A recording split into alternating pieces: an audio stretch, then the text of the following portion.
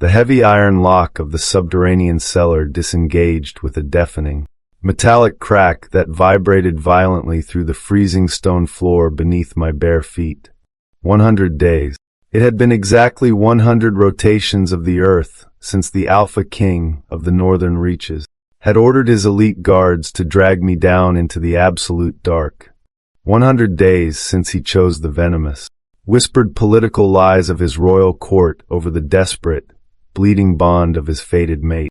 The massive oak door groaned inward, scraping heavily against the uneven flagstone.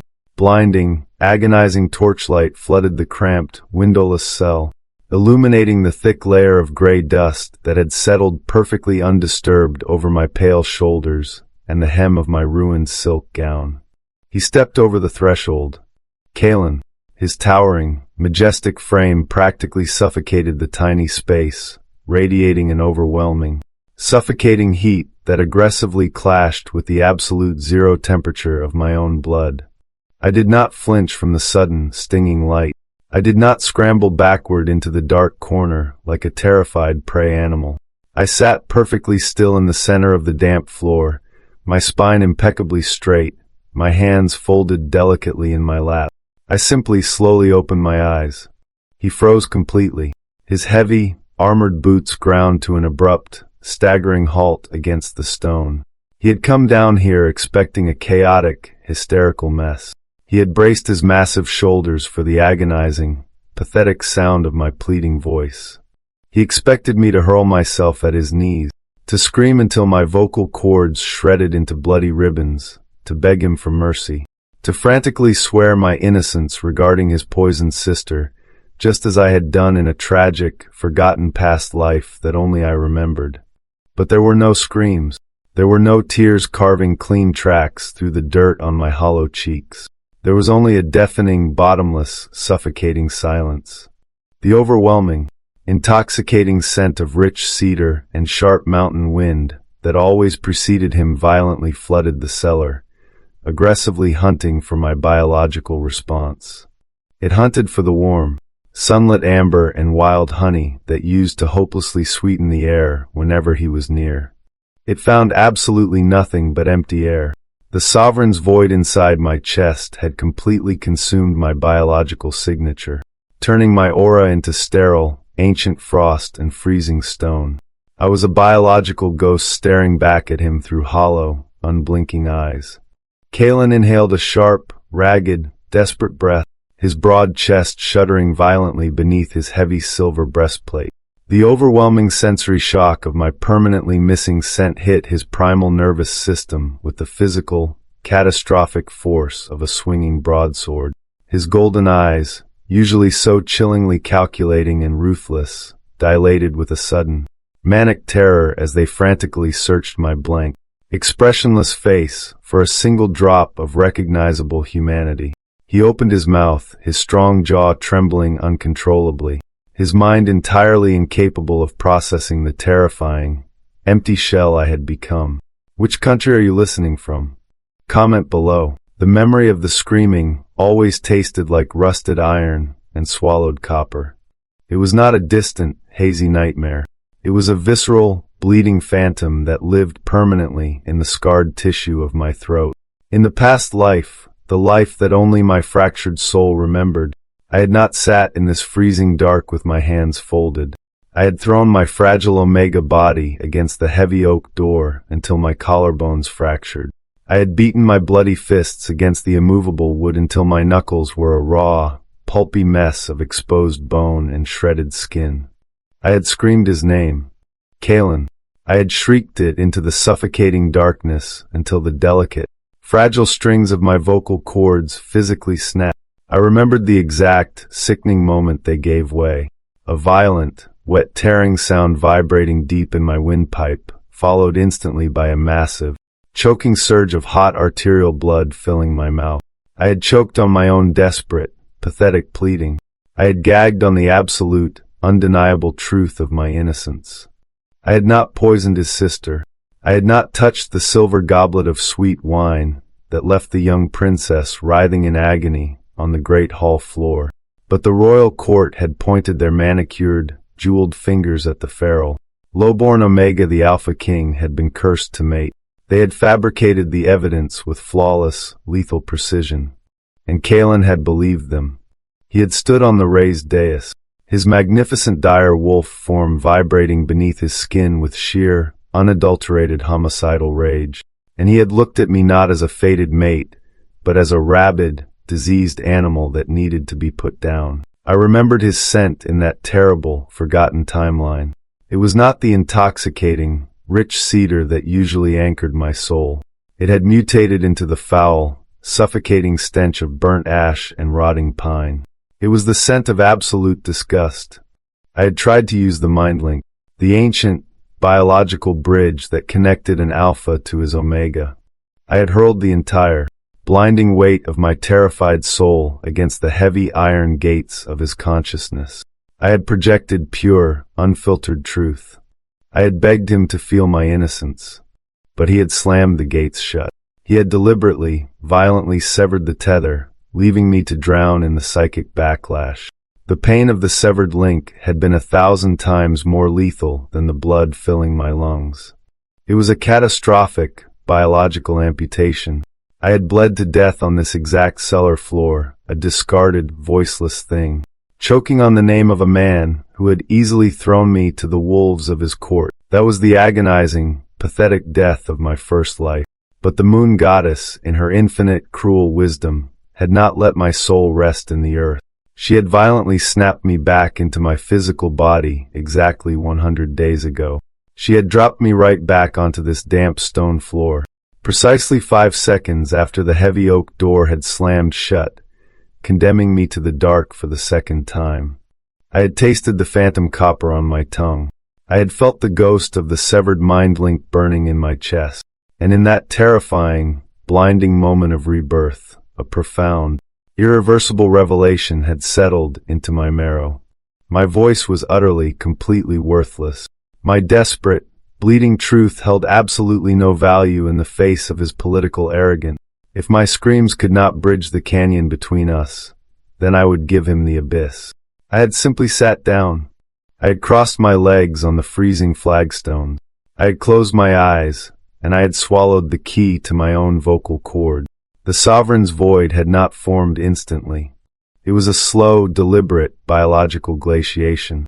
For the first 10 days, my inner wolf had whimpered, frantically pacing the confines of my mind, desperate to reach out to the mate who was starving us in the dark. But as the weeks bled into months, as the absolute zero of my psychological isolation deepened, my wolf simply laid down in the snow and went to sleep. The biological defense mechanism triggered. The warm, sunlit amber of my scent froze into a brittle, unreachable frost. The frantic, vibrating energy of the mind link flattened into a dead, silent, impenetrable wall of thick black ice. I had systematically, ruthlessly killed the omega inside me to survive the alpha. Now, sitting in the blinding torchlight of the present, I watched Kalen's psychological architecture begin to violently collapse. He was not looking at the treasonous murderer he thought he had locked away. He was looking at a corpse that was still drawing breath. His broad shoulders heaved. The heavy silver plates of his armor clattered loudly in the dead silence of the room. He took a single, hesitant step forward. His heavy leather boots splashed into a shallow puddle of freezing, stagnant water. The sound echoed like a gunshot. He reached out with his right hand, his thick fingers trembling with a chaotic, manic energy. He was trying to push his dominance through the mind link. I felt the heavy, frantic weight of his psychic probe slamming desperately against the black ice of the sovereign's void. He was hunting for a spark.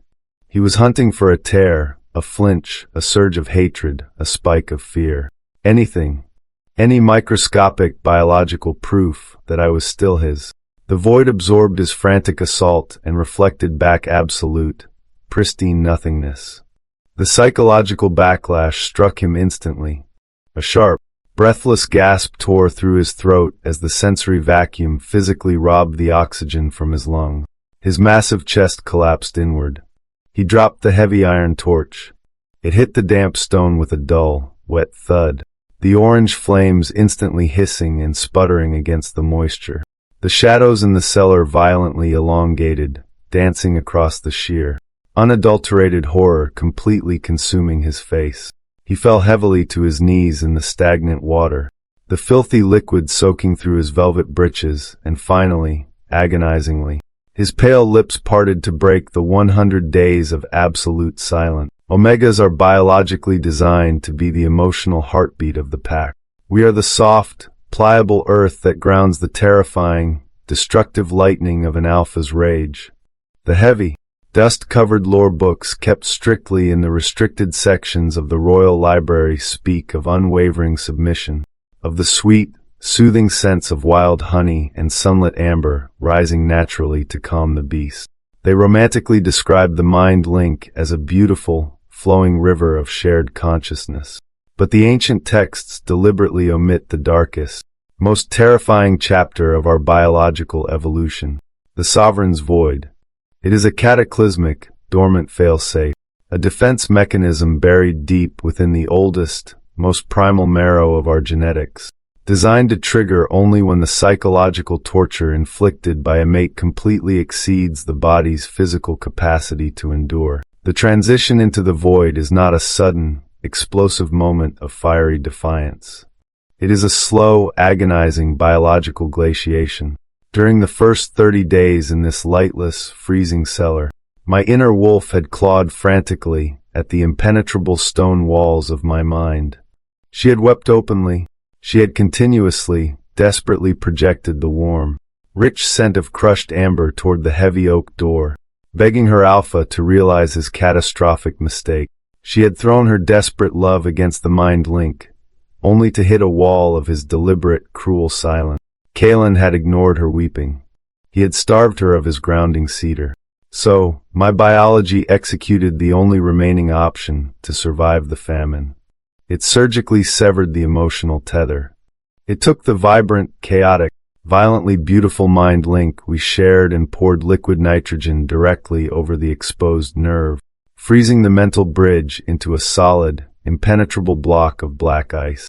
My amber scent crystallized, shattering into a million frozen pieces, replaced permanently by the sterile, unbreathable air of a winter tomb. Now, kneeling helplessly in the freezing puddle of stagnant water, Kalen was experiencing the terrifying, physical reality of that severed bridge. He was not simply looking at a silent woman refusing to speak. He was biologically suffocating. An alpha's towering dominance absolutely requires an omega's emotional conductivity to function. It requires the friction of push and pull. By presenting him with absolute flawless zero, I was actively asphyxiating his inner beast. His broad, muscular chest heaved violently, his lungs expanding in rapid, panicked spasms as he desperately tried to drag a single, microscopic molecule of my wild honey into his respiratory system. He found only the sharp, sterile tang of ancient frost and wet stone. The complete and total absence of my scent was a physical violence against his heightened senses. It was an atmospheric vacuum that was actively crushing his ribs from the inside out. His massive, heavily scarred hands hovered just inches from my folded lap. His thick fingers twitched uncontrollably, dripping with the dirty, icy water of the cellar floor. He was a warlord who had violently conquered 3 neighboring territories before his 25th birthday. He was a man who commanded a terrifying army of 50,000 lethal shifters with a single, deafening roar. Yet here, in the suffocating dark of my tiny prison, he was completely, humiliatingly paralyzed. His golden eyes, usually so chillingly sharp and commanding, were swimming in a chaotic, manic terror. He was fundamentally failing to comprehend the biological entity sitting before him. He was frantically hunting for Alara. He was searching the empty air for the vibrant, deeply emotional mate who used to laugh in his sunlit gardens, the woman who used to eagerly press her nose into the crook of his neck. He was hunting for a ghost that his own arrogance had murdered. A ragged, wet sound violently scraped up his dry throat. It was not a word. It was not a command. It was the pathetic, broken whine of a majestic dire wolf slowly bleeding to death from a wound it could not see. He pushed his massive psychic weight against the mind link again. He threw his entire, suffocating alpha aura against the black ice of the void, trying to forcefully shatter the wall with sheer, brute dominance. The psychic impact echoed silently in the tiny room. The sovereign's void did not even form a hairline fracture. It absorbed the violent surge of his dominance and instantly reflected it back as pure, heavy, suffocating apathy. The recoil hit Kalen physically. His head violently snapped back. A severe shudder racked his heavy spine, and he pitched forward, his heavy, armor-clad shoulders slumping dangerously close to the damp flagstones. He was drowning in the shallow puddle of my absolute indifference. He did not demand answers. He did not bark a royal decree. He was entirely, biologically stripped of his regal ego. His massive frame folded inward, a grotesque, physical manifestation of his shattering reality. The cold, logical part of his brain, the part that had arrogantly calculated my guilt and callously signed the order for my imprisonment, was violently clashing with the primal, undeniable truth screaming from his dying inner beast. He reached out again, this time not with psychic dominance but with a desperate, trembling physical need. His cold, wet fingertips brushed against the frayed, dirt-caked hem of my ruined silk gown. The microscopic physical contact sent a visible, violent jolt of electricity shooting straight up his heavily muscled arm, but I remained perfectly, terrifyingly still. I did not pull away. I did not lean in. I simply let him touch the fabric. The heavy, agonizing scrape of his armor shifting against the stone floor echoed like a thunderclap in the freezing room, leaving a horrific, open question hanging in the suffocating air as his bleeding mind finally realized the depth of the abyss he had thrown me into. The truth had arrived in the grand hall not with a whisper, but with the clatter of a heavy, brass-sealed courier tube hitting the mahogany floor 3 hours before Kalen had descended into the dark. I had been sitting on the cold stone of my cell, my breathing so rhythmic and shallow that I could barely hear it myself, when the heavy thud of his boots had echoed in the hallway above. He had been accompanied by his High Inquisitor, a man whose scent was as sharp and bitter as a dying autumn leaf. I had remained perfectly still, a statue carved from the freezing damp, while the ceiling tiles vibrated with the sound of the king's roar. It was not a roar of fury. It was a sound of absolute, soul-shattering devastation. The vial had been found. It was tucked deep within the silk lining of the royal lady-in-waiting's travel trunk, accompanied by a letter written in the distinct, elegant script of the neighboring duke. The poison was not even a sophisticated brew. It was a common, slow-acting toxin that required constant, daily administration, a physical impossibility for a prisoner locked behind 3 tiers of iron-bound oak, forbidden from touching the royal family's food. The evidence of my absolute, undeniable innocence was a mountain of jagged truth that had, in one single second, obliterated the entire political narrative Kalen had built his case upon. He had stood in his study, surrounded by the shattered remains of a fine wine glass, the scent of his mountain cedar spiking into a frantic, panicked frenzy of burnt ash. He had not called for his guards.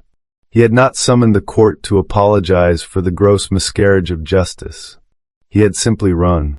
He had sprinted through the opulent, gold-leafed corridors of the palace, his heavy armor clanking with a chaotic, uncoordinated rhythm that betrayed his absolute lack of composure. He was not a king in that moment. He was a starving, desperate beast who had just realized he had spent 100 days devouring his own heart. The sensory shock of the realization that he had not just imprisoned an innocent woman, but had actively tortured the fated mate his wolf was biologically hardwired to protect, was a trauma that had seemingly fractured his very reality. He had left the Inquisitor standing in the hall, trembling and silent, as he took the cellar stairs 2 at a time, his breathing a wet, ragged mess that I could hear through the thick stone floor. I had known he was coming long before he reached the door. I had felt the atmospheric pressure in the cellar shift, the way the air became heavy, suffocating, and saturated with the frantic, drowning scent of a predator who had just lost its North Star. He had been standing outside that door for a full 10 minutes before he had finally found the courage to turn the key. I had heard him leaning his forehead against the freezing wood, his deep, resonant voice reduced to a broken, wet gasp as he whispered apologies to the empty hallway, apologies that were entirely, hopelessly hollow. He had come down here expecting to see a ruin, expecting to see the woman he had loved reduced to a broken shell, and his ego had desperately, arrogantly hoped that a few words of remorse would be enough to restart the heart he had callously stopped. He was entirely unprepared for the reality of the void. He was unprepared for the sight of me, untouched by his neglect, unbothered by his cruelty, and entirely, terrifyingly absent. When he had opened the door and seen me sitting in the center of the dark, he had not seen a victim. He had seen a ghost, and the sight of me had stripped him of every shred of his royal composure. He had realized, in that freezing, shadow-choked moment, that he had not just broken my body, he had erased his influence over my soul. The discovery of the vial had not been the beginning of his redemption. It had been the beginning of his absolute, inevitable destruction. He was currently kneeling in the stagnant water of the cell, staring at me with the eyes of a man who had finally realized that he could offer the entire kingdom, his crown, and his life, and it would not buy him a single second of the woman he had discarded. The air in the cellar felt thin, freezing, and heavy with the scent of an ending. Kalen's hands, usually steady enough to draw a bowstring with lethal precision, were shaking so violently that the armor plates on his forearms clattered against each other. He did not move to stand. He did not issue a command. He simply looked at me, his chest hitching in a jagged, rhythmic pattern that signaled a complete breakdown of his respiratory control. He was a man drowning on dry land. The sensory deprivation of the void was an invisible, crushing weight on his shoulders, forcing him to stay knelt in the freezing, stagnant water. He reached out again, his fingers brushing against the fabric of my sleeve. This time, he didn't pull back. He gripped the hem of my gown, his knuckles white against the dark silk. It was a pathetic, desperate anchor. I felt his psychic presence trying to force its way through the black ice of my mind, a frantic, screaming barrage of Alara. Look at me, please look at me. It was a raw, unfiltered plea that didn't have the dignity of a king's command. It was the howl of a wolf who had found his mate's den empty and cold after 1,000-year winter. The sovereign's void didn't react. It didn't ripple. It simply existed as the absolute, immutable truth of our new reality. He moved then, his joints popping with the strain of his movement. He crawled the final few inches across the wet stone, his knees grinding into the freezing grit, until he was directly in front of me. He was so close that I could feel the intense, radiating heat of his desperation. He didn't touch my skin. He seemed terrified that if he made real contact, the last thread of his sanity would snap. He simply bowed his head, his forehead resting against the very tips of my fingers, his breath hot and ragged against my skin. He didn't speak. He didn't need to. The silence in the cellar was louder than the loudest battle he had ever commanded. He was waiting for me to pull away, to strike him, to scream, to do anything that would confirm I was still the woman who had once loved him. But I offered him nothing. I didn't pull my hand back, and I didn't reach out to stroke his hair. I remained a pillar of unfeeling ice, completely immune to the agonizing vibration of his grief. Finally, he pushed himself up. He wasn't the man who had ordered my imprisonment. He was a hollowed-out, broken shell. He stood, his movements stiff and uncoordinated, and reached down to scoop me up from the floor.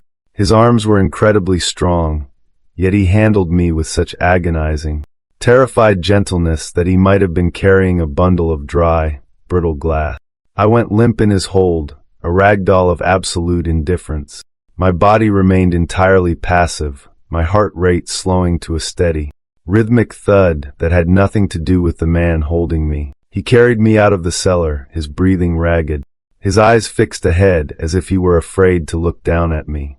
The guards in the hallway, hardened warriors who had seen the Alpha King break armies, flinched when they saw us. They saw the way their absolute sovereign was trembling, the way he was clinging to me, as if I were the only thing keeping him from falling into the abyss. He ignored them. He ignored everything. He carried me up the narrow stone stairs, his boots thundering against the rock. his scent of cedar and mountain wind clashing violently with the sterile, freezing frost that now defined my existence. He reached the upper landing, the bright, oppressive light of the palace day piercing through the high, arched windows. He moved toward the royal wing, his gait hurried, his grip on me tightening every time I didn't struggle. He was desperate to get me into the light, into the warmth, into the opulence of the royal bedchamber, believing that the setting would trigger some primal, dormant recognition within me. He was wrong. The palace was just another cage, and the sunlight was just another way to see the void in my eyes. As he pushed open the heavy double doors of the bedchamber, the scent of fresh roses and beeswax hit me, but it was just as cold and lifeless as the cellar air. He set me down on the edge of the velvet-draped bed, his hands lingering on my shoulders for a heartbeat too long, waiting for me to turn, to breathe, to be Alara. I didn't move. I stared at the blank wall, my heart a flat, silent drum, leaving him to stand alone in the center of the room, his regal world shrinking down to the suffocating size of his own regret. The royal bedchamber was a sprawling cathedral of ivory silk, gilded wood, and the suffocatingly sweet scent of thousand-petaled roses. It was a room designed for the indulgence of a queen, yet as Kaelan stood by the foot of the bed, the opulence only served to highlight the jagged, monstrous reality of his position. He paced the length of the room, his heavy boots muffled by the thick, hand-woven carpet, but the sound of his own movement seemed to grate against his nerves. He stopped, his shoulders rising and falling in a sharp, stuttering rhythm, before turning his golden eyes back toward the bed where I remained. I sat exactly where he had placed me. The velvet mattress was soft, the furs were plush and heated, and the morning sun poured through the floor-to-ceiling windows to bathe the room in a warm, inviting glow. To any observer, this was a sanctuary. To me, it was simply a different texture of the same cage. I stared at the intricate patterns of the rug, my posture rigid, my breathing so shallow it was almost imperceptible. I did not possess the urge to look at him. I did not possess the curiosity to see the devastation etched into his features. My mind was a vast, still lake in the dead of winter, frozen to such a depth that no stone thrown into the water could cause a ripple. Kaelan moved closer, his movements hesitant, like a man walking across a floor made of cracked glass. He had discarded his heavy breastplate, his linen shirt open at the throat, revealing the chaotic pulse of his own neck. He was physically present, a towering lethal alpha, yet he possessed the aura of a lost child wandering a forest he didn't recognize. He stopped beside the bed, his shadow stretching across the silk sheets to swallow me whole. I didn't acknowledge the shift in light. I didn't lean away or toward him.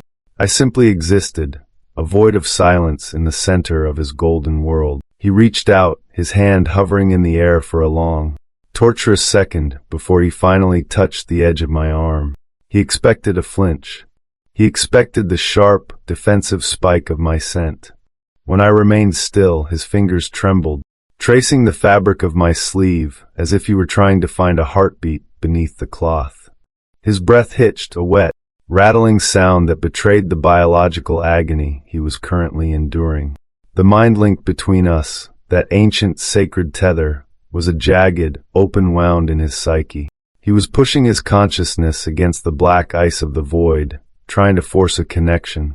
But his efforts were met with a psychological rebound that knocked the wind out of his lungs. He dropped to his knees again, burying his face in the mattress near my hip, his hands gripping the sheets until his knuckles turned bloodless. He wasn't praying. He was weeping. It was a silent, convulsive shaking that made the entire bed frame shudder.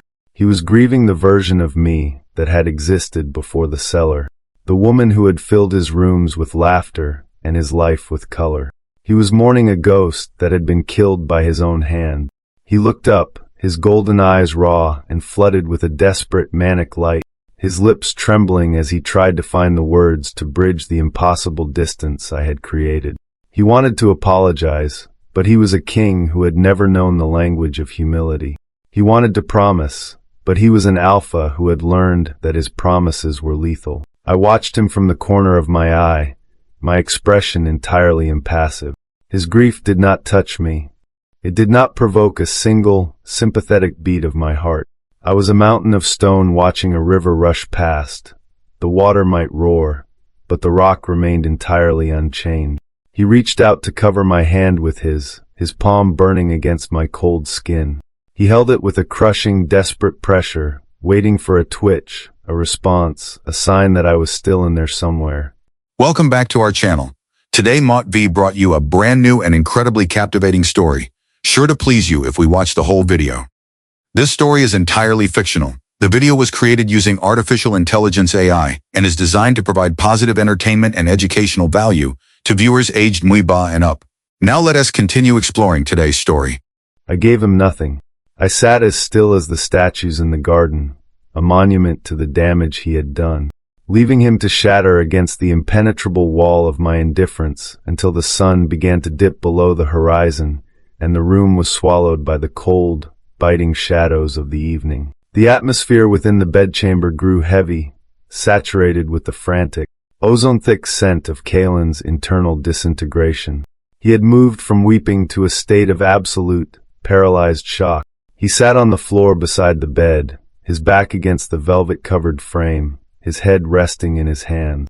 The mind link, the sacred, vibrant chord that should have been a symphony of shared intent, was, to him, a jagged, weeping cavity in his own chest. He was constantly, obsessively trying to force his awareness into mine, a relentless psychic assault that felt like dull, blunt needles pricking against the unyielding, frigid surface of the sovereign's void. Every time he pushed, he encountered the absolute zero of my rejection. And every time he was repelled, his own biological system took the hit. It was a self-inflicted psychic flaying. He looked up at me, his eyes bloodshot. The golden irises flickered with a raw, predatory desperation that was rapidly giving way to genuine, harrowing insanity. He was a king, a man who had spent his entire life dominating the wills of others. And now he was being dismantled by the silence of a woman who had simply stopped caring if he lived or died. He didn't understand the biology of what I had done. He thought this was a protest. He thought this was a hunger strike of the soul that could be broken with enough proximity, enough time, enough of his overwhelming, suffocating presence.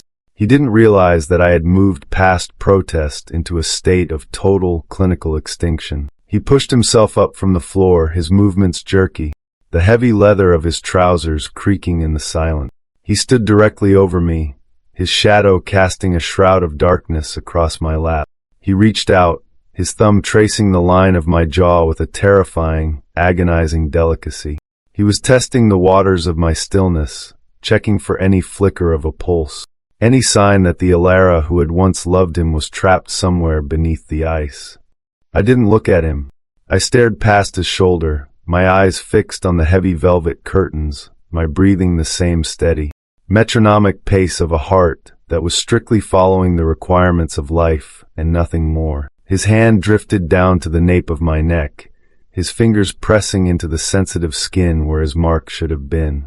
The mark itself was there, the swirling, ink-black knot of our bond, but it was dormant, cold, and entirely unresponsive. He let out a low, guttural growl, a sound of frustrated, primal pain that echoed in his throat like shifting tectonic plates.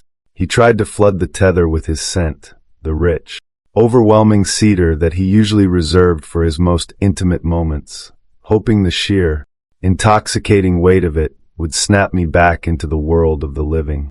The room instantly filled with the scent of a dense, ancient forest, so potent it should have choked the air. I didn't react. I didn't lean into the scent, and I didn't pull away. I simply breathed, my lungs drawing in the air without registering the fragrance at all. The void neutralized his pheromones as easily as it neutralized his psychic probes. He felt that happen.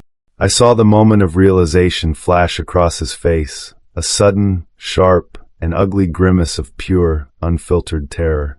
He realized that his alpha status, his power, his very essence as a shifter, everything that defined his existence, was fundamentally unable to reach me. He was screaming at a wall, and the wall was not just silent, it was non-existent to him. He sank back down to his knees, his forehead pressing against my knee, his body convulsing in a silent, jagged spasm. He was learning the most dangerous lesson a king can ever be taught. He was entirely, utterly irrelevant to his own mate. He remained there, his hand gripping the silk of my gown like a man clinging to the side of a cliff, while the cold, uncaring moonlight began to bleed into the room, marking the end of another hour spent drowning in the vacuum of my silence. The morning light bled into the room, cold and gray, casting long, skeletal shadows across the polished marble. Kalen had not left my side. He had spent the night curled on the floorboards, his massive frame cramped and unnatural, his eyes never straying from the line of my throat. He looked like a man who had been hollowed out, his regal confidence replaced by a twitchy, frantic vigilance. He was starving not for food, but for the slightest, most mundane acknowledgement of his existence. He moved with a terrifyingly quiet fluidity, standing as I began my morning routine. He had arranged a tray of food, delicate, hand-cut fruits, lightly sweetened teas, and warm bread, placing it on the low table with an almost religious reverence. He stood back, his hands clasped behind his back, his golden eyes burning with a desperate, pathetic hope that I might simply reach for a cup, that I might offer a singular, involuntary sigh of satisfaction. I sat before the tray. I did not look at him. I reached for the teapot, my movements smooth and completely devoid of urgency. I poured the tea, the liquid steaming in the frigid morning air. Kalen took a half-step forward, his breath hitching, a sound of raw, unadulterated need. He watched the way my fingers held the porcelain, the way I tilted the cup. He was obsessively cataloging every motion, desperate to find the familiar rhythm of the woman he had discarded. I took a sip. I did not drink for pleasure. I drank because the body requires hydration to maintain its function. I did not offer him a look, nor did I acknowledge the tray he had personally prepared. I left the tea mostly untouched, the porcelain cooling on the table, and turned my attention toward the window. Kalen moved to the table, his hands trembling as he touched the cup I had held. He was obsessed with the minute details of my comfort. He adjusted the curtains to ensure the glare did not hit my eyes, his fingers smoothing the velvet with a shaking, frantic tenderness. He fussed over the pillows on the bed, smoothing every microscopic wrinkle, his movements jerky and uncoordinated. It was a grotesque, subtextual groveling. A man who had once commanded legions now reduced to adjusting upholstery in the desperate, futile hope that it would make me blink, that it would make me curse him, that it would make me do anything but exist in this terrifying, absolute vacuum. He hovered near me, his presence a heavy, oppressive weight in the room. He smelled of cedar and the sharp, metallic tang of his own internal bleeding. He was exhausting himself with these mundane tasks, his ego shattered, his dignity long since abandoned in the damp, dark cellar. He was acting as if he were a servant in my house, a creature who derived his entire purpose from the angle of my sunlight and the temperature of my tea. He stopped beside me, his hand hovering over my shoulder, and for a fleeting, sickening moment, I saw the absolute devastation in his eyes. He wanted to reach out, to hold me, to weep against my chest and beg for the world to return to how it was before the poison, before the cellar, before his own arrogance had destroyed us. He didn't. He lacked the strength. He stood there, a broken king in his own bedroom, waiting for the silence to finally shatter, while I simply turned my head toward the window and watched the birds circle the tower, completely, utterly oblivious to the man standing a heartbeat away from complete psychological collapse. The days began to blur into a singular, agonizing sequence of light and shadow. Kalen had ceased his frantic pacing, settling instead into a haunting, constant proximity. He shadowed my every movement through the royal gardens, his heavy, rhythmic gait trailing exactly 3 paces behind me, a silent, armored sentinel of his own making. The palace staff had long ago learned to vanish when we approached, sensing the volatile, suffocating pressure of his presence. He was a predator who had forgotten how to hunt, a leader who had forgotten how to command. Reduced entirely to the role of a desperate, grieving observer, we walked through the terrace gardens, where the scent of blooming jasmine was usually vibrant and intoxicating. To me, it was nothing more than atmospheric data. To Kalen, it was a weapon. He would stop near the rose bushes, plucking a perfect velvet-petaled flower, and hold it out toward me with his hand shaking so violently the stem snapped. He didn't say a word. He didn't ask for forgiveness or demand my attention. He simply held the flower, a pathetic, silent offering, waiting for me to acknowledge the gesture, to reach for it, to show even a flicker of human recognition. I walked past him without even a glance, my slippers making no sound on the gravel path. He followed, his face a mask of strained, agonizing control. He would obsessively clear the path ahead of me, brushing away fallen leaves or loose stones, his movements frantic and uncoordinated. He was trying to curate a world where I was perfectly, safely protected, a world where the slightest imperfection might trigger a reaction. When I stopped to look at the fountain, he stopped too, his golden eyes fixed on my profile with a hunger that was painful to behold. He was searching for a shadow of the old Alara, the woman who had once loved to watch the water catch the sunlight. But there was nothing there, only the sovereign's void, a depthless well of ice that made his alpha senses feel raw and exposed. His groveling had become a silent, visceral performance. When the midday sun grew too harsh, he would hurry to stand directly in my path, angling his body to cast a shadow over me, his massive frame shivering as he stood in the heat, trying to shield me from the very light he once worshipped. He would bring me water, his hands cupping the glass with such intense, fearful care that he would hold it until his own fingers turned white. He was a king who had stripped himself of his crown, a man who had sacrificed his pride at the altar of a silence he didn't understand. I never gave him the satisfaction of a response.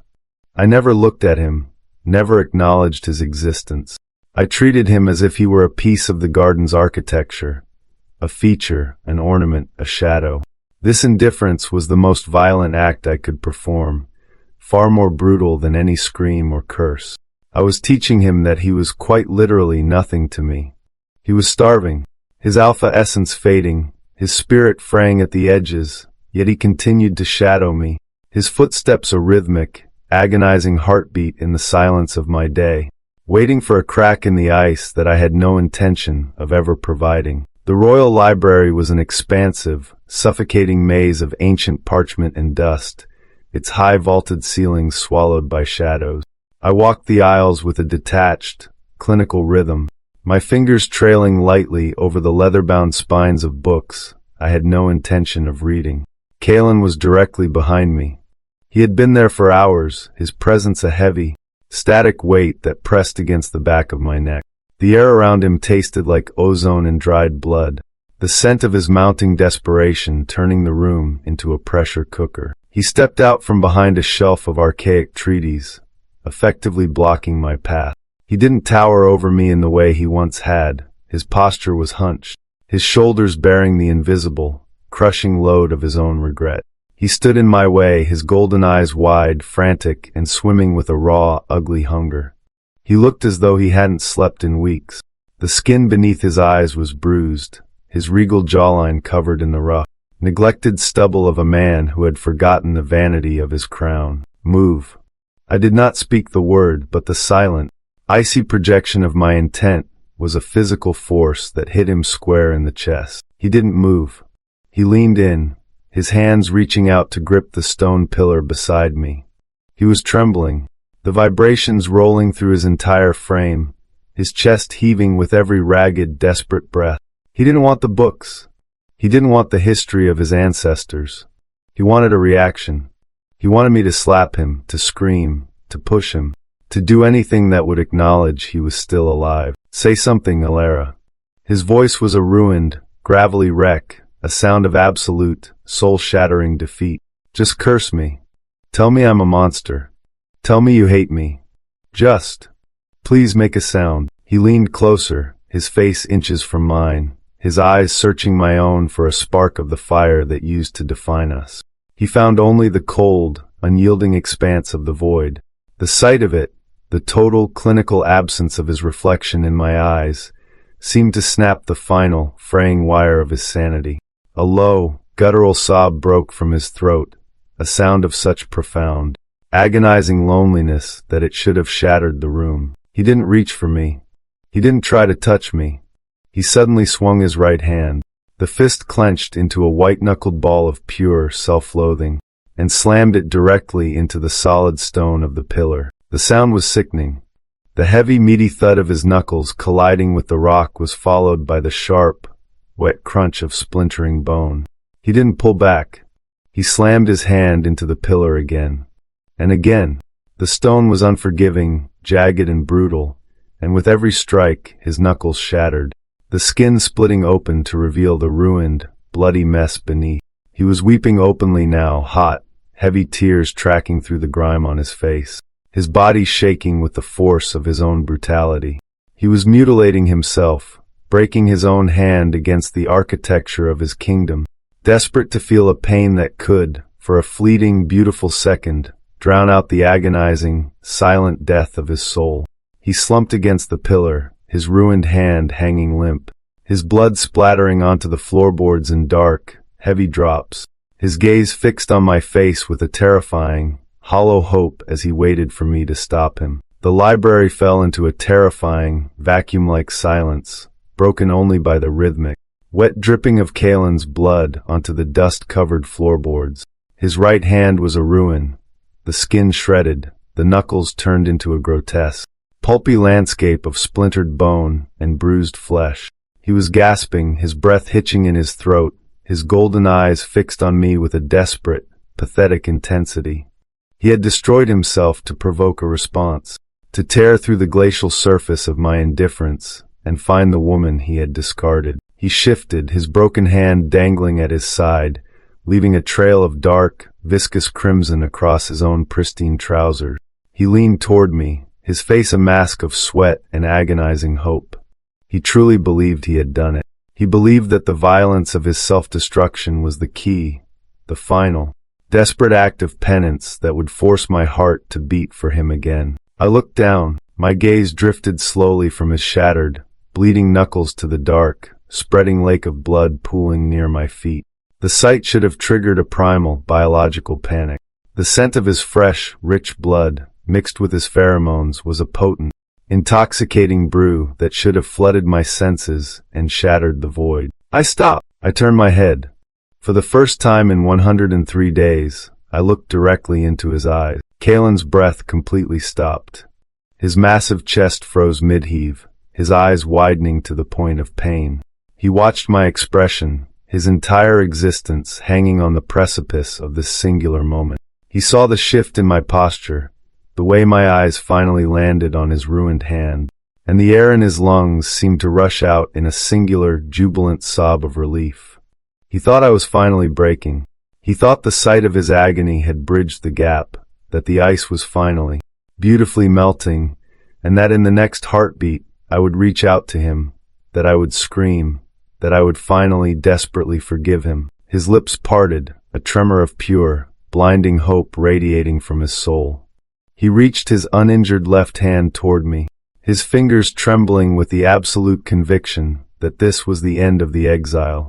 He was standing on the threshold of his salvation, his golden eyes shining with the moisture of a man who believed he had just been granted a miracle. I stood perfectly still, my expression an impenetrable mask of clinical detachment. The library was suffocatingly quiet, the only sound the ragged, hopeful hitch of Kalen's breath. He was inches away, his left hand trembling as it reached out, his entire reality balanced on the knife edge of my next movement. He looked at me with the eyes of a starving man who had finally caught the scent of bread, his soul laid bare, waiting for the embrace that would signal his redemption. I did not reach out. I did not soften. I shifted my weight, my movements sharp and deliberate. My gaze dropped from his shining, hopeful eyes to the pool of blood rapidly encroaching upon the hem of my dress. With a calm, methodical grace, I stepped over the mess, my movements precise to ensure not a single drop of his gore stained the silk of my slippers. I moved around him, my body passing so close to his that the radiating heat of his feverish skin brushed against me. Yet I felt absolutely nothing. I didn't stop. I didn't offer a word of comfort. I didn't acknowledge the shattered hand, that had been broken for my sake.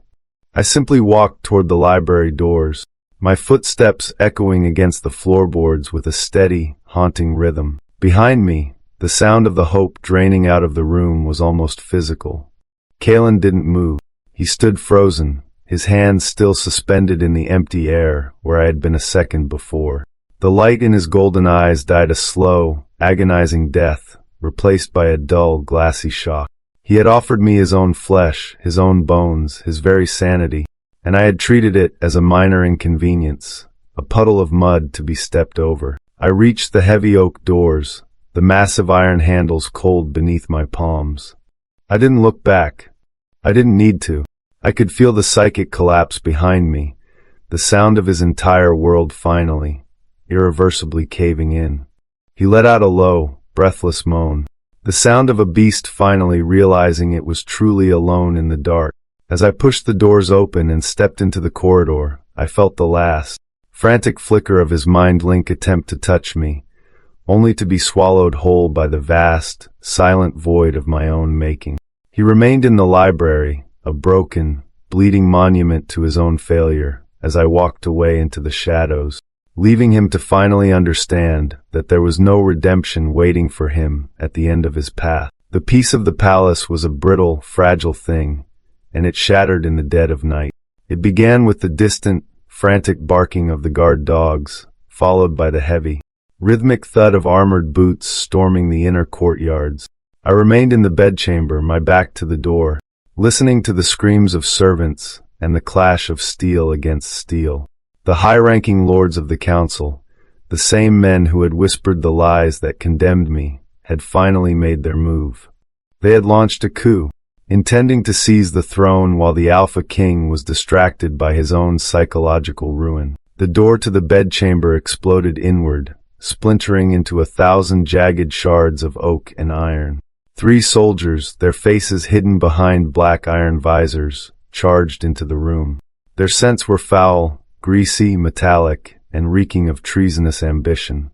They carried sharpened poleaxes, their intent written in the lethal way they fanned out to encircle the bed. Kalen was not there.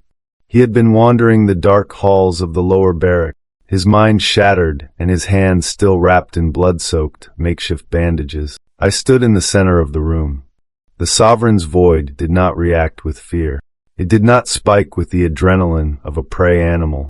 It simply expanded, a vast, cold darkness that filled every corner of the opulent chamber.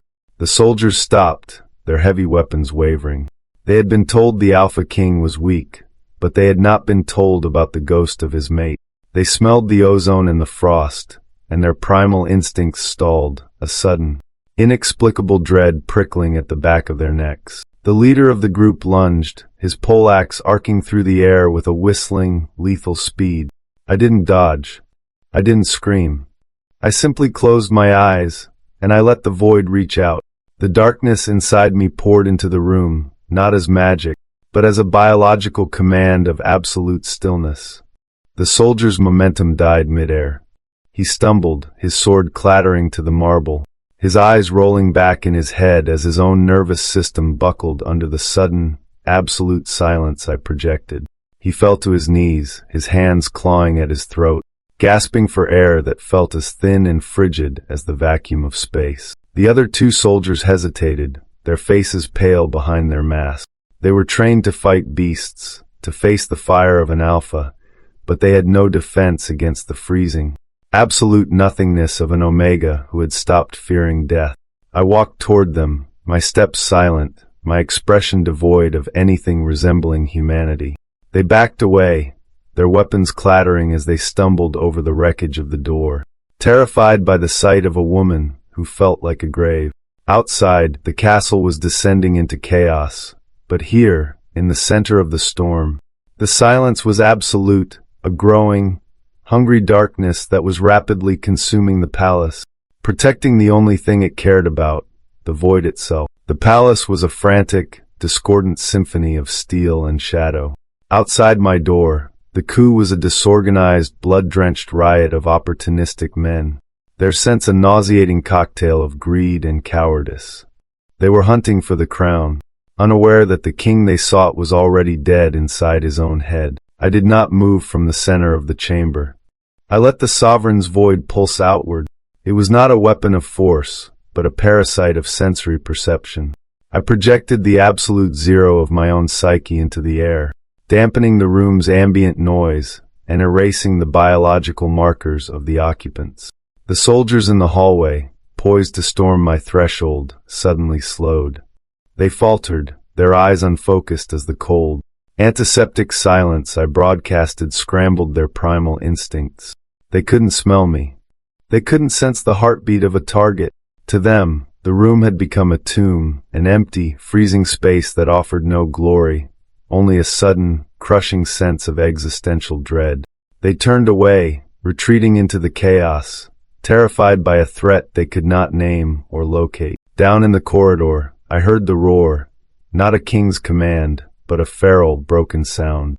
Kalen had arrived. He moved not like a sovereign, but like a creature seeking an end.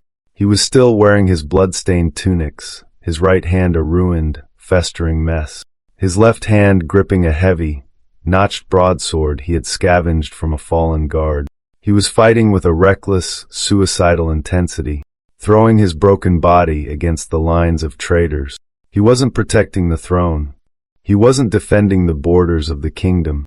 He was carving a path of destruction toward my door, his eyes devoid of anything but the singular, desperate intent to ensure that no blade reached my sanctuary. He reached the threshold of my bedchamber, his chest heaving, his clothes soaked in the dark, tacky blood of the men he had slaughtered.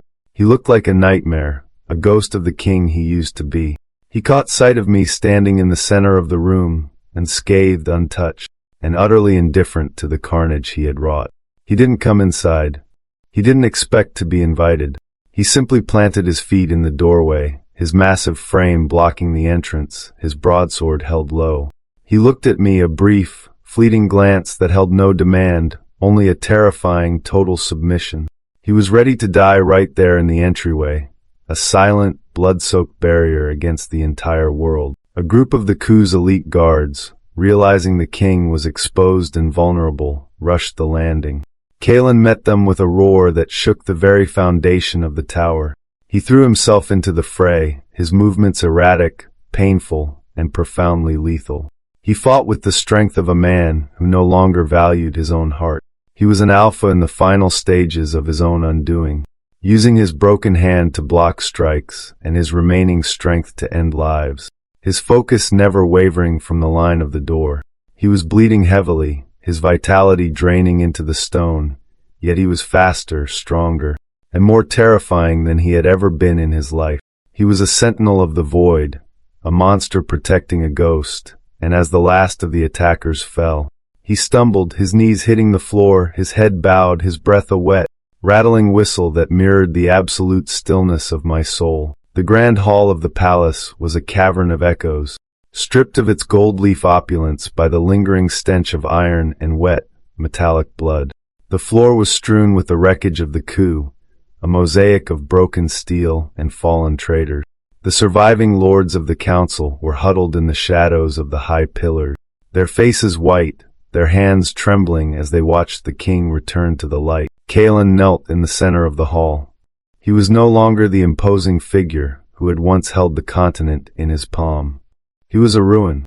His tunic was a shredded, crimson-soaked rag. His right hand was a mangled, unrecognizable pulp that hung uselessly by his side. His left hand was clawing at the cold stone floor for purchase. He dragged himself toward the front of the hall, toward the council members, toward the very people who had whispered the lies that had destroyed his life and mine. He did not stand to receive their acknowledgement. He did not reclaim his throne. He stopped before the dais, his head hanging low, his chest hitching with every labored, rattling breath. He looked up, his golden eyes dimmed, exhausted, and devoid of the ruthless ambition that had defined his reign, sweeping over the men who had sought to replace him. He spoke, his voice a jagged, gravelly rasp that was barely audible above the ringing silence of the room. He did not issue a command. He did not call for their execution. He simply listed his sins. He laid his arrogance, his blindness, and his monstrous cruelty bare for the entire court to witness. He confessed to the poisoning of his own sister, not by his hand, but by his negligence. He confessed to the torture of an innocent Omega. He confessed to the murder of his own soul. Every word was a razor-thin cut against his own pride, a public evisceration of the man he used to be. Then he turned. He crawled the remaining distance across the hall, moving with a desperate, agonizing slowness, until he was at my feet. The entire court held its breath. The silence was so profound that the sound of his ragged breathing seemed to vibrate through the masonry. He did not touch my gown. He did not dare. He placed his forehead against the cold floor, his broken body curled into a posture of total, irrevocable submission. "I am not your king," he whispered into the floorboards, his voice breaking. "I am nothing. I am the shadow that allowed the rot to grow. I offer my life, my breath, and my remaining days to the one I failed. I ask for no crown, no pardon, and no mercy. I ask only to remain in the periphery of her light, to guard the gates of the life I destroyed, and to serve the silence I created." He remained there, a man who had sacrificed his entire identity at the altar of my indifference.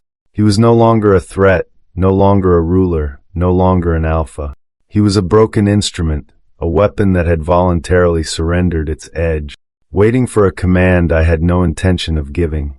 The council members watched in stunned, terrified silence as their once terrifying sovereign wept openly, his blood-soaked forehead pressed against the stone, fully accepting that his life now belonged entirely to the ghost he had made. The weeks that followed were defined by a profound, clinical stillness. The palace no longer felt like a seat of power. It had become a sanctuary for the broken.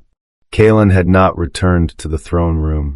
He spent his days in the shadowed alcoves of the West Wing, his movements muted, his presence a ghost of its former overwhelming intensity. The royal physician, a man who had seen the worst of the battlefield, whispered in hushed tones about the impossibility of his recovery, yet Kalen moved with a quiet, persistent determination that seemed to defy the limits of his shattered biology. He had become a fixture of the periphery. When I walked the high, stone-walled battlements during the early hours of the morning, I would find him standing at the edge of the parapet, his back to me, his shoulders hunched against the biting mountain wind. He did not watch me. He did not attempt to initiate conversation. He simply held the space, ensuring the paths were clear, ensuring the guards were dismissed, ensuring that I was never again confronted with the chaotic, demanding world he had once forced upon me. His right hand remained heavily bandaged, a permanent, throbbing reminder of his own fracture, but he never complained, never sought sympathy, and never looked for a reward. I observed him from the distance of my own silence. The sovereign's void still held me in its frozen grip, but the atmosphere had shifted.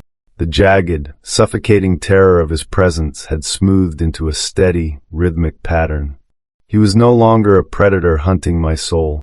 He had transitioned into an element of the landscape, an unmoving, quiet thing that existed in the background of my life. The air around him, once thick with the frantic scent of ash and panic, had calmed into the familiar, grounded aroma of cedar and cold, damp earth. He was finally, truly, in submission to the reality of his own actions. Sometimes, in the dim light of the afternoon, I would find him cleaning the hearth or tending to the forgotten plants in the solarium. He moved with a practiced, almost meditative slowness, his eyes lowered, his head bowed.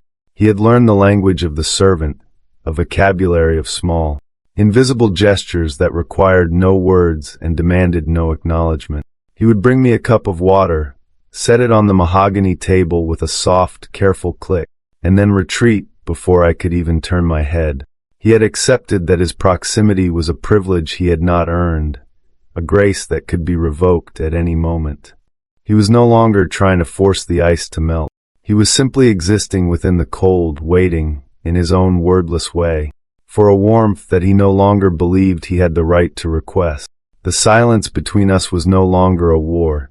It had become a shared, empty landscape, a place where he existed as nothing more than a witness to my survival, forever at the ready, forever in the shadow. The winter had begun to wane, the mountain peaks shedding their heavy, blinding white cloaks for the muted, muddy grays of an early spring.